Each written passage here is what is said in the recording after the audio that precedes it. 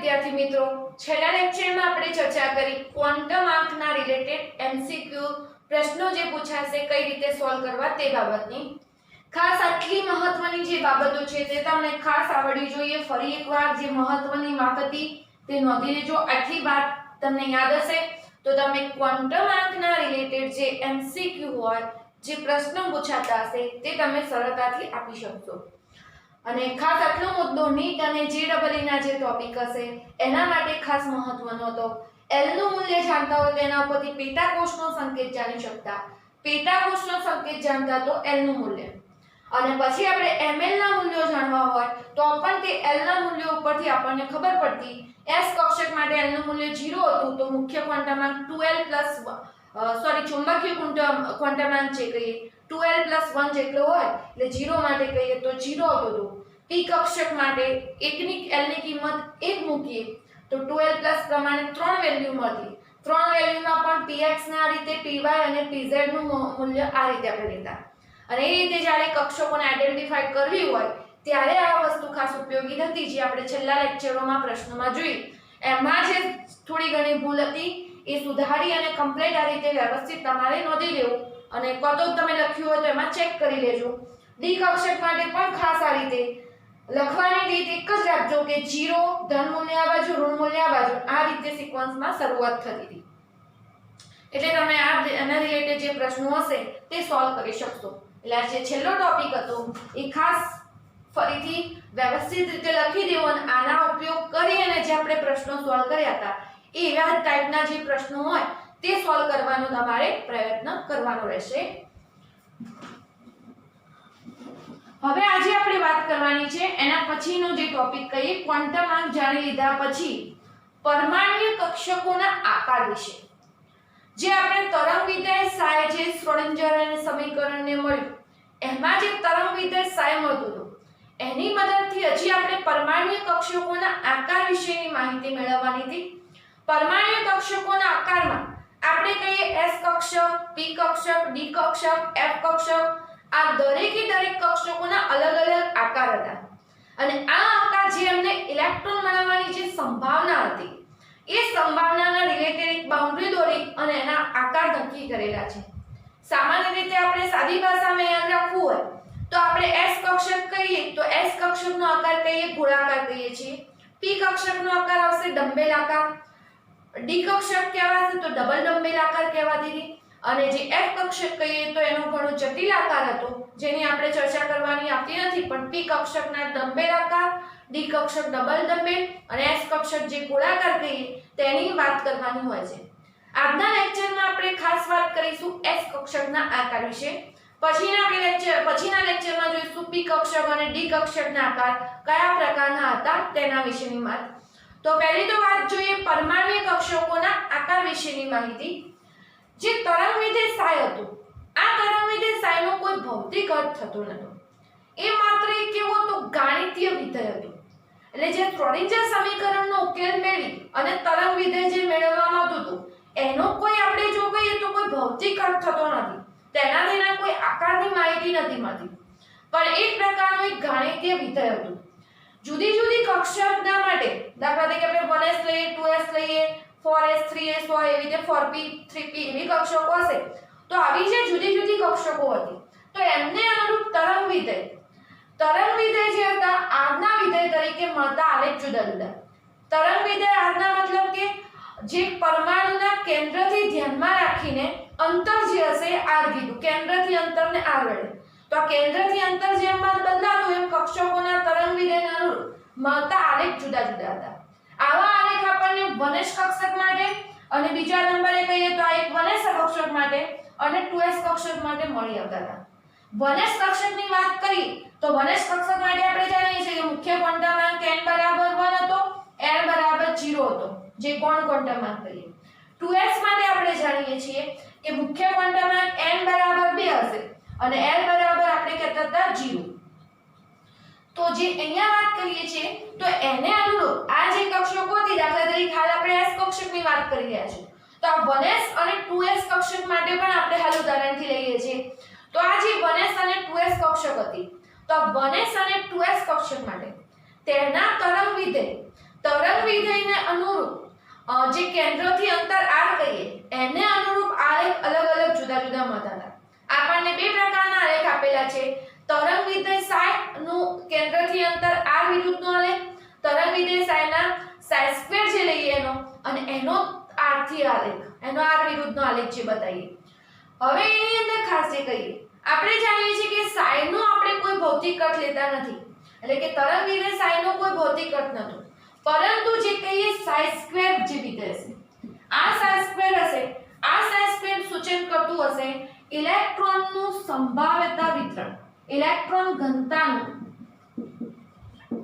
સંભાવ્યતા વિતરણ. ઇલેક્ટ્રોન ઘનતાનું સંભાવ્યતા વિતરણ મતલબ કે ઇલેક્ટ્રોન મળી આવવાની સંભાવના કેટલી છે. ψ ની મદદથી આપણને કોઈ માહિતી નથી મળતી, એ ફક્ત ગણિતીય વિધેય. પણ જેવી રીતે ψ નો સ્ક્વેર કહીએ તો આ ψ2 નો જે ઉકેલ હતો, આ તરંગ વિધેય ψ2 નો ઇલેક્ટ્રોન ઘનતાનું સંભાવ્યતા વિતરણ સૂચવે છે. તો હવે આલેખ દોર્યો. વનેસ કક્ષક માટે વાત કરીએ તો વનેસ કક્ષક માટે જ્યારે આલેખ દોરતા હતા, ψ2 વિરુદ્ધ r નો, ψ2 વિરુદ્ધ r નો મતલબ કે આ તરંગ વિધેયનો સ્ક્વેર છે, આ તરંગ વિધેયનો સ્ક્વેર એટલે ઇલેક્ટ્રોન ઘનતાનું સંભાવ્યતા વિતરણ, મતલબ કે ઇલેક્ટ્રોન મળી આવવાની સંભાવના કઈ જગ્યાએ વધુ હતી, ઇલેક્ટ્રોન ઘનતા કઈ જગ્યાએ વધુ બતાવે, અને એના વિરુદ્ધ r નો મતલબ કે કેન્દ્રથી જે અંતર લેતા હતા, કેન્દ્રથી ન્યુક્લિયસથી જે આપણે અંતર લીધું એને r વડે દર્શાવ્યું. એવો આલેખ 1s માટે દોર્યો અને એ આલેખ આપણે 2s માટે દોર્યો. તો હવે આ આલેખની ચર્ચા કરીએ. વનેસ કક્ષક માટેનો જે આલેખ દોર્યો, તો વનેસ કક્ષક માટેનો આલેખ દોરતા હતા ψ2 વિરુદ્ધ r નો, તો એટલે આપણે 0 લઈએ, મતલબ કે કેન્દ્રની નજીકનો બાબત. તો જે વનેસ કક્ષક માટેનો આલેખ હતો, તો કેન્દ્રની નજીકનું જે આ મૂલ્ય અહીંયા કહીએ તો કેન્દ્રની નજીક ઇલેક્ટ્રોન મળવાની સંભાવ્યતા ઘનતા કેવી હશે, મેક્સિમમ હતી. એટલે કે અહીંયા ઇલેક્ટ્રોન મળવાની સંભાવના વધુ થઈ જાય છે, એટલે કે કેન્દ્રની નજીક જ વનેસ કક્ષક ગોઠવાયેલી હોવી જોઈએ, અને એટલા જ વિસ્તારમાં કે ઇલેક્ટ્રોન વધુ પ્રમાણમાં મળતા હશે. એટલે કે અહીંયાથી તમારે બતાવે જેમ જેમ તમે કેન્દ્રથી દૂર જતા ગયા બાજુ અંતર વધતું જશે, એમ ઇલેક્ટ્રોન મળવાની સંભાવ્યતા ઘનતા હશે શું થશે, 0 તરફ આવતા જશે. એટલે કેન્દ્રની નજીકનો વિસ્તાર, અહીંયા 0 ની નજીકનો વિસ્તાર છે, તમે પાઠ્યપુસ્તકમાં જોશો તો અહીંયા વેલ્યુ લખી આપી છે, પણ એ પ્રમાણે અહીંયા ઇલેક્ટ્રોન મળવાની સંભાવના, આ વસ્તુ શું સૂચવે છે કે આલેખ ઉપરની તરફ મળો, મતલબ કે અહીંયા વેલ્યુ જે હશે, દાખલા તરીકે 1000 2000 એવી રીતે સંભાવના ઘનતા લખી હોય, તો આ બાજુ જેમ 0 ઉપર જે વાત કરી, અહીંયા મેક્સિમમ સંભાવના છે. જેમ જેમ તમારો આલેખ આમ અંતર વધે છે તો સંભાવ્યતા કેવી થઈ જાય છે, 0 થઈ જાય છે. એટલે ઇલેક્ટ્રોન મળવાની સંભાવના નહીં વધો છે, પણ આ કેન્દ્રવાળા અંતરે 0 ની નજીકના વિસ્તારમાં તમે 0 લીધું, મતલબ કેન્દ્રથી અંતર 0, કેન્દ્રનો જ વિસ્તાર છે, એટલામાં કેન્દ્રની નજીકનો, એમ કે અહીંયા r એટલે આપણે શું લીધેલું છે, એનું કેન્દ્રથી અંતર. એટલે અહીંયા તમે 0 ની નજીક આ વસ્તુ બતાવો છો, એટલે કે કેન્દ્રની નજીકનો એકદમ વિસ્તાર. હવે આ જ આલેખ જ્યારે 2s કક્ષક માટે દોરવામાં આવે છે, 2s કક્ષક માટે જ્યારે આનો આલેખ દોરવામાં આવે, 2s કક્ષક માટે જ્યારે આલેખ દોરતા હતા ψ2 વિરુદ્ધ r નો, તો અહીંયા આપણને જોવા મળ્યું કે જે 2s કક્ષક માટે કહેશું, તો 2s કક્ષક માટે પહેલા કેન્દ્રની નજીક હતી ઇલેક્ટ્રોન સંભાવના ઘનતા વધારે હતી, પછી એકવાર 0 તરફ જવા થાય છે, એટલે ઇલેક્ટ્રોન ઘનતા અહીંયા બિલકુલ 0 થઈ જાય છે, અને ફરીથી એનું મૂલ્ય વધે છે અને ફરીથી 0 તરફ જાય છે. આ રીતનું આપણને મળતું. હવે પ્રશ્ન થાય કે આવું કેમ થયું? તો આના પાછળનું કારણ હતું કે અહીંયા એક મળતી હશે નોડલ સપાટી. નોડલ સપાટી તો એને કહેવાશે નોડ કહેવાશે. નોડલ સપાટી કે નોડ એટલે વસ્તુ શું થઈ? તો એવો વિસ્તાર જે આપણે પરમાણ્વીય કક્ષકમાં દર્શાવીએ છીએ, એવો વિસ્તાર કે જ્યાં સંભાવ્યતા ઘનતા વિધેય, એટલે કે ઇલેક્ટ્રોન મળવાનો જે સંભાવ્યતા વિધેય હતું, તરંગ વિધેય હતું, તે શૂન્ય થાય છે. મતલબ કે એ વિસ્તારમાં ઇલેક્ટ્રોન મળવાની સંભાવના કેવી હશે? બિલકુલ 0 હોય છે. તો એવા વિસ્તારને કહેવાતું હતું નોડ કહેવાતું હતું. હવે આ વસ્તુ હજી આપણે એક આકૃતિની મદદથી સમજીએ કે દાખલા તરીકે વનેસ કક્ષક માટે લેતા હતો, વનેસ કક્ષક માટે લેવામાં આવે છે તો આ જે ડોટેડ ભાગ આપણે બતાવીએ છીએ, ડોટેડ ભાગ કહીએ છીએ શેનો હશે કે ઇલેક્ટ્રોન મળવાની સંભાવના વિસ્તારમાં કેવી બતાવીએ? વધારે હશે. અને જેમ જેમ આપણે થોડા અંતરે દૂર ખસતા જઈએ એમ એમ આ ભાગ કેવો થતો જશે? એમ કે થોડો આછો થતો જાય છે, એટલે કે ઓછા પ્રમાણમાં મળતા જતા હશે. એટલે કે આ વિસ્તાર કે જ્યાં ઘણા પ્રમાણમાં આપણને કે મળી આવ્યા છે ઇલેક્ટ્રોન, આ વિસ્તાર જે કહીએ અહીંયા આ વિસ્તાર કયો કહેવાશે? 1s કક્ષક. અને 1s કક્ષક હતો કેન્દ્રથી કેવો તો નજીકનો. જેમ જેમ તમે આમ ખસતા જાવ છો એમ એમ ઇલેક્ટ્રોન મળવાની સંભાવના કેવી થઈ જશે? 0 થઈ જશે. મતલબ કે પછી ઇલેક્ટ્રોન મળી આવતા નથી. આ જ વસ્તુ તમે 2s કક્ષક માટે દોરો.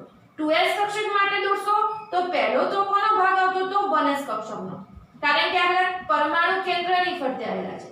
પરમાણુ કેન્દ્રની ફરતે આ રીતે આવ્યા હોય તો આટલો જે વિસ્તાર જો એ 1s કક્ષકનો કહીએ. આપણે બાઉન્ડ્રી કરી અને જે સપાટી વિસ્તાર હશે કે એને જો આપણે કોઈ ચોક્કસ આકૃતિની મદદથી શેપ આપીએ તો ગોળાકાર હશે. પછી એક એવો વિસ્તાર હશે કે અહીંયા હવે પછી અહીંયા બિલકુલ તમારે ઇલેક્ટ્રોન મળી આવતા નથી.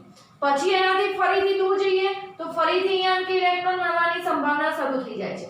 એટલે ફરીથી વિસ્તારમાં કહીએ તો આ ભાગમાં કહીએ તો હવે ઇલેક્ટ્રોન અહીંયા આપણને મળવા લાગે છે આ રીતે.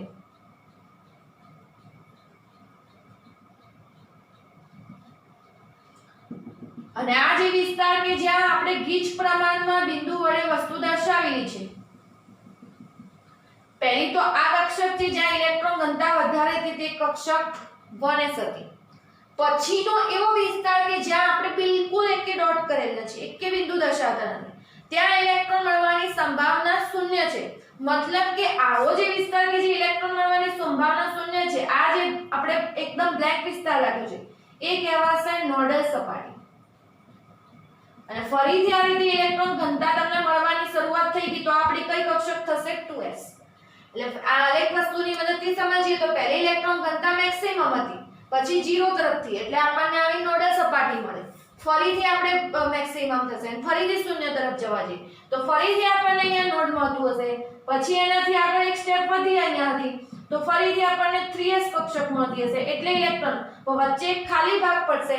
ખાલી ભાગ પડે છે તે નોડ હશે. ઇલેક્ટ્રોન મળવાની સંભાવના 0 હશે તેવું વિધાય. એટલે ખાસ આ નોડલ સપાટીને રિલેટેડ નીટની અંદર અને જીની અંદર એક્ઝામ પૂછાતા એમસીક્યુ પૂછાતા હોય છે કે કોઈ બી કક્ષકનું નામ આપી દે છે કેટલા નોડની સંખ્યા હોય છે તે લખો. તો એવો વિસ્તાર કે જ્યાં ઇલેક્ટ્રોન મળવાની સંભાવ્યતા ઘનતા વિધેય હતું તે 0 હોય છે. કોઈ ns કક્ષક હોય, ns કક્ષક હોય તો એમાં નોડની સંખ્યા પૂછી હોય તો s કક્ષક માટે જ આ સૂત્ર લાગુ પડશે. ns કક્ષક હોય તો એમાં નોડની સંખ્યા કેટલી હશે? n-1. અને એ રીતે તમે જો દાખલા તરીકે 1s કક્ષક લીધી હોય તો 1s કક્ષકમાં નોડ કઈ તો n-1 એટલે 1 - 1 એટલે 0. 2s માં કીધું હોય તો 2 - 1 એટલે 1, એનાથી એક ઓછી કિંમત. 3s માં આવશે 3 - 1 એટલે 2.